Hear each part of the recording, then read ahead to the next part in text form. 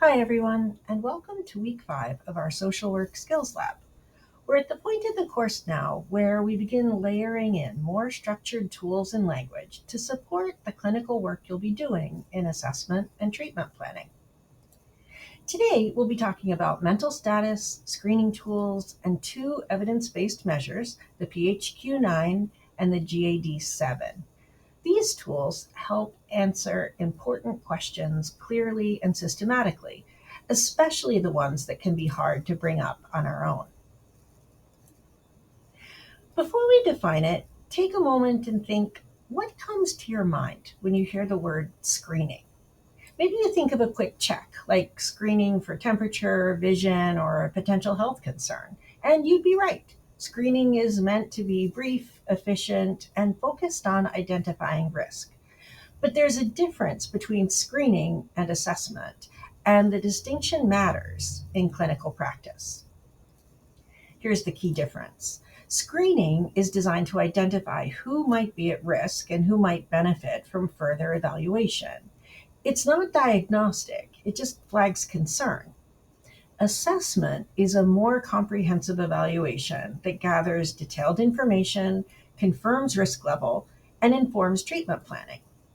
Think of it like this: screening is the doorbell, assessment is the full conversation that happens once you let someone in. You'll be using both in practice, often with limited time and competing demands. So it's important to know when you're doing which. Now, let's talk about mental status. This refers to a person's current cognitive and emotional functioning, and it's something we're often assessing informally the moment we walk into a room with a client. A full mental status exam, or MSE, evaluates a range of things: appearance, behavior, speech and language patterns, mood, thought processes, cognition, insight, more. But in many settings, especially in medical or crisis mental health care, we do abbreviated versions focused on orientation and alertness. Assessing mental status is one of the most important clinical observations we make, especially in healthcare settings, emergency departments, and any situation where clients are making decisions about their care.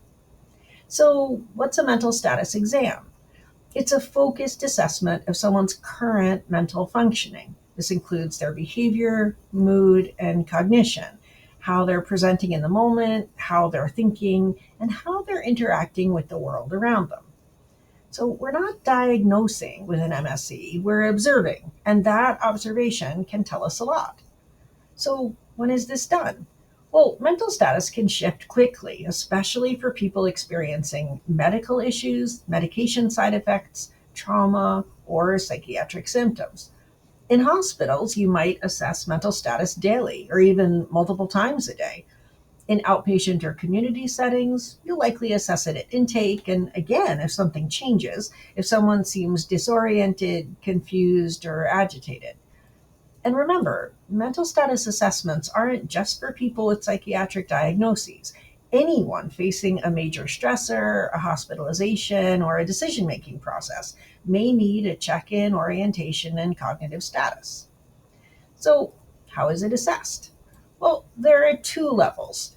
Formal tools like the MMSE, or Mini Mental Status Exam, or the MOCA, the Montreal Cognitive Assessment, are comprehensive mental status exams.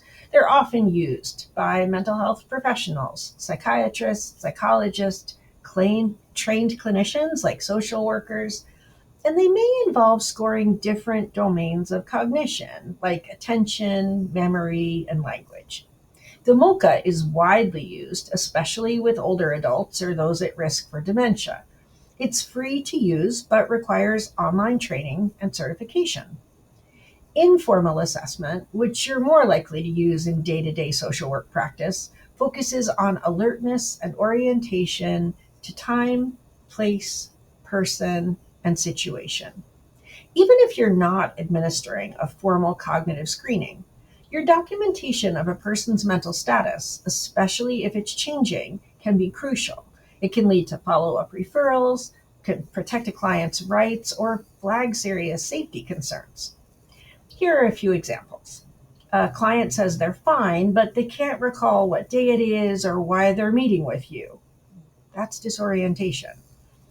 Another example is a client is alert and oriented, but can't follow the thread of a conversation. They may need a more formal neuropsychiatric evaluation. Another example is when a person gives you odd tangential answers to basic questions. Well, you're not diagnosing them, but you are noticing that their mental status may be impaired. These observations matter and are vital. They help us advocate for appropriate care, they support decision making, and they ensure that a client's informed consent is valid. Assessing mental status helps us answer key questions like, can this person participate in making decisions about their care? Are they aware of what's happening around them? Have there been recent changes in their cognition or in their functioning? It's especially relevant when someone might need a neurocognitive evaluation or when you're documenting changes in status to support access to services, guardianship decisions, or treatment planning. It's also part of informed consent. If someone's cognition is impaired, they may not be able to consent to treatment or services until their status stabilizes. In most medical or inpatient settings, you'll often hear staff say someone is alert and oriented times 4. But what does that actually mean? Alert means the person is awake, responsive, and able to engage. Oriented means that they can accurately answer these 4 questions. Person, what's your name? Place, where are you right now? Time, what day it is, or what's the date, the month, the year. And finally, situation, where are you and why are you here? If someone is only oriented to person and place, you might say A&O times 2. If they're alert but confused, you describe what you observe. For example, the patient is arousable to voice but appears drowsy. The patient states that they're having difficulty staying awake because of their pain medication. The patient closes their eyes frequently during the interaction. Be very specific in your observations and your documentation because these observations really matter. If a more in-depth screening is needed, some providers use tools like the MoCA, a validated instrument that assesses memory, attention, and executive functioning. The MoCA, as I said, requires formal training to administer and score. But as a social worker, you can still be involved in recommending it or gathering information if you suspect cognitive impairment. Even if you're not the one completing the full MoCA, your documentation of orientation and behavior can help initiate next steps for further evaluation.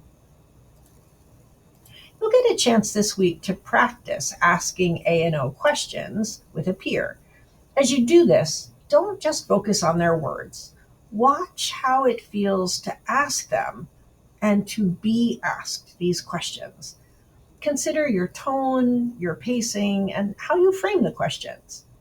For example, you might ask something like, I'd like to ask you a few orientation questions. I ask everybody these questions just to make sure we're on the same page today. This frames it as part of routine care, not a test that they could fail. Now let's shift to 2 of the most common screening tools in mental health practice, the PHQ-9 and the GAD-7. The PHQ-9 screens for symptoms of major depressive disorder. The GAD-7 screens for generalized anxiety disorder. Both are validated, brief, self-administered tools based on DSM criteria. They can be given in person, over the phone, or integrated into intake paperwork. The scores on these instruments help you determine a client's symptom severity and whether further assessment or referral is needed. But remember, these tools don't replace clinical judgment. A low score doesn't always mean someone's fine, and a high score, indicating symptom severity, doesn't guarantee that the person will meet diagnostic criteria. Remember, you're not just looking at numbers, you're interpreting them in context. This week, you'll practice administering these tools with a classmate. Take turns reading the items aloud or walking each other through the questionnaires. Notice how the questions are structured and how it feels to ask and answer them. Some students are surprised at how personal it feels, even with a standardized tool.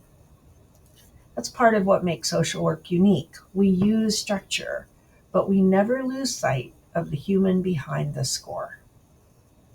So, why are we gathering all this information? Well, because a thorough psychosocial assessment allows us to see the client as a whole person. It helps us understand their presenting concerns, identify their strengths and risks they're facing. It helps us collaborate with the client on treatment goals, and it supports referrals, documentation, and client advocacy. Finally, it helps to ensure that we're not jumping to conclusions based on surface level observations. We're building a fuller picture, one that honors the client's experiences, social context, and needs. Thanks for staying with me this week through this deep dive into screening and assessment. Remember that these tools and concepts are part of the clinical scaffolding that supports ethical, informed social work practice. As always, be sure to complete the practice exercises, take your time with your journal, and as always, reach out in the Q&A forum for course-related questions or email me directly if you need more personal help and support. I'll see you next week.